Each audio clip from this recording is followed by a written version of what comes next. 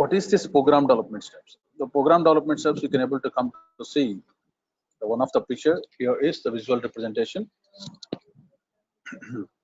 um, right, have people can able to see this pictorial representation, right? The simple pictorial representation, if you can remember this picture, you can write it on your own.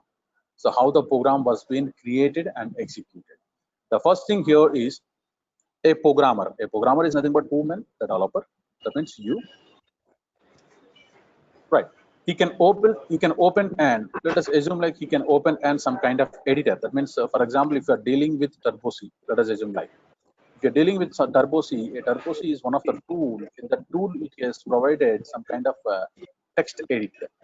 So that in that editor, we can able to start writing my code. Start writing my code. Code is nothing but what, man? The program. Okay. Code is nothing but the programs. Code is nothing but the program that you start writing on it. Okay.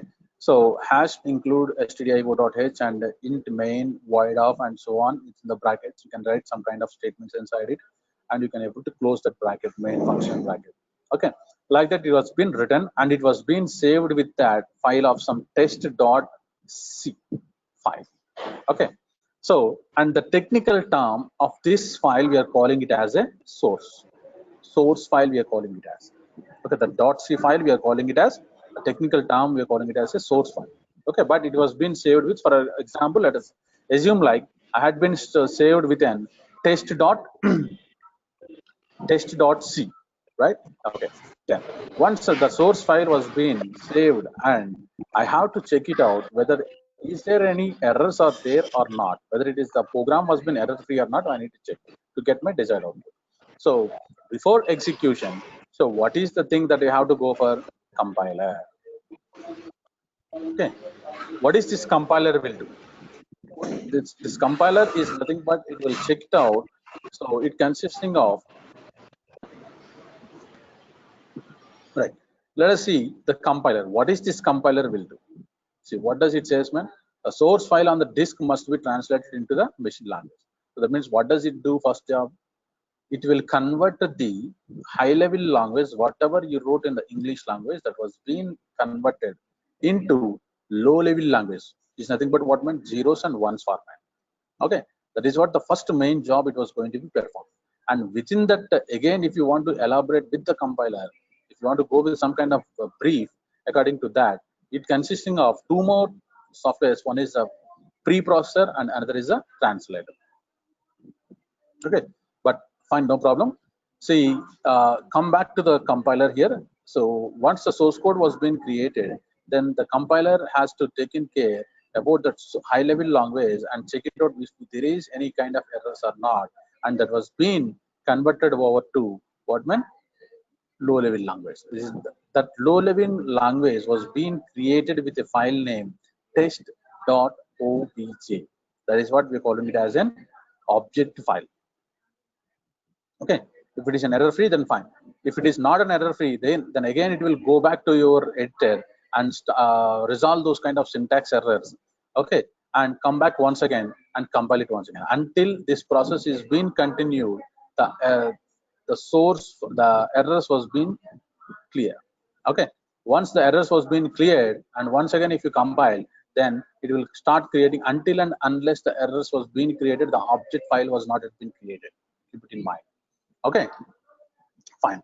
Then what does it will do? Then it will start creating that kind of object file. Once the object file was been created, and that object file, then in that one more thing, the linker will coming into the picture. The preprocessors. The preprocessor is nothing but something, whatever you're writing, hash include stdio.h and all these things. Okay, the preprocessor hash include. What does it will do? Hash include in the sense, hash include stdio.h. So hash include is one of the preprocessor. What does it will do in the sense, we have some few predefined header files are there. What does this header file is consisting of? Right, exactly. This header file is consisting of a common, first thing, a header file is nothing but a common thing. That means common kind of operations. One is the input and output related operations, or only mathematical related operations. Then we can able to say that math.h.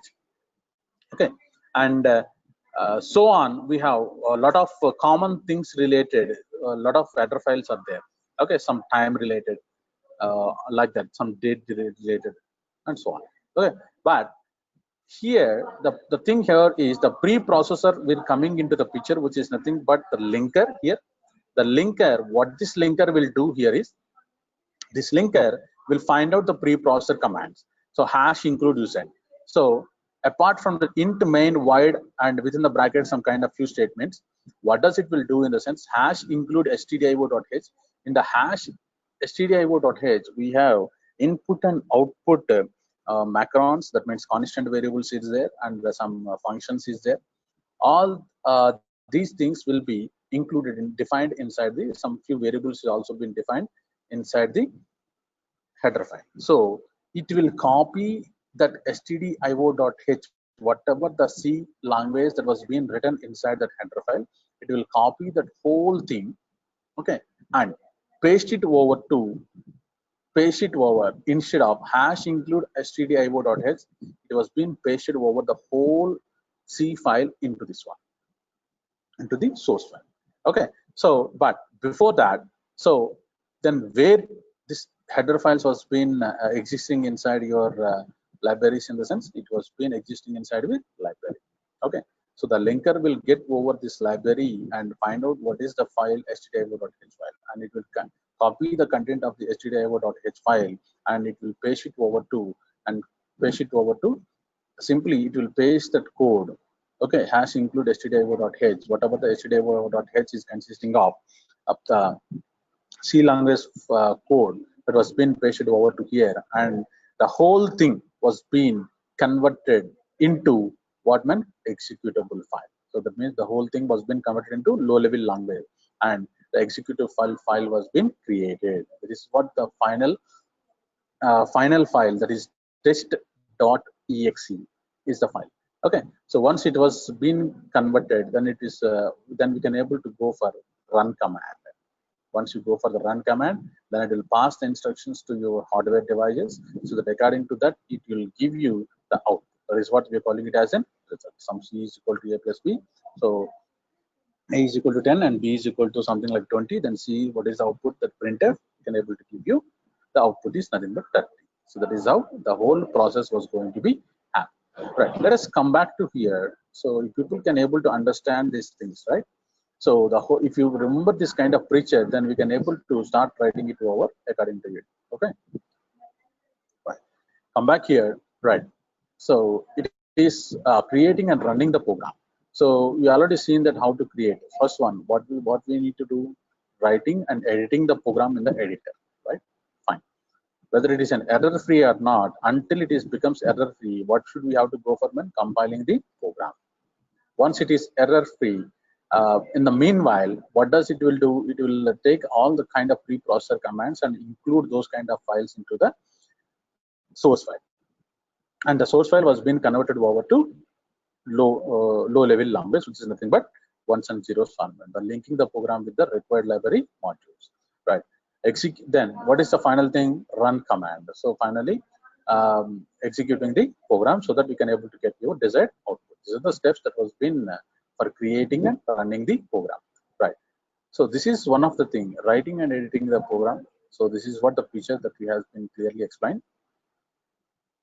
Okay, so right, and the next one here is program development steps. So before creating and running the program is software, so what is the first step that we need to go for? How to develop a program? When how to develop a program is one of the first question that we need to get. Okay, the simple thing I can able to say you here is, first identify the problem. Okay, if you want to develop a kind of software, first identify the problem. A problem identification is nothing but the concept of analysis. Okay, so whatever the problem it is there, first we need to go for understanding the problem.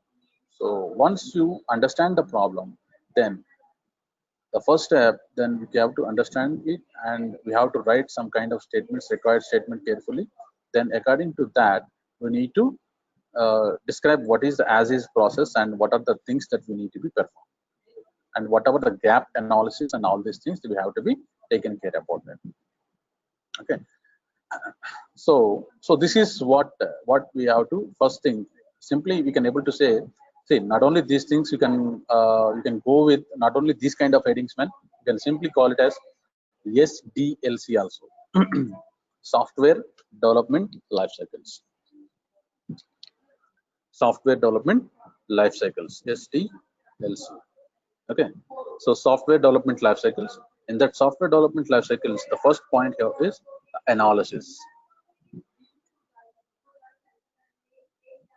Okay, so what is this analysis? This is what understanding the problem. The first step to in solving any problem is understanding on what kind of problem that we are facing in right now, and in order to resolve those kind of things, then we can able to first do what is that problem and how to resolve it. So understanding the problem is one of the most thing. That is what we are calling it as an analysis. The next one. So once you understand the analysis, then we have to design what kind of software and hardware is required, and all these things has to be coming into the picture. They are the system requirements. That means otherwise we may the technical terms, the system design, the system design document you may call it as simply. Okay, in the real time. Right, the system requirements, what kind of requirements to develop these kind of problems. So in the format of software. So analysis is one of the point, and the next one here is once you're done with the analysis, then the next point here is design. What is this design consisting of?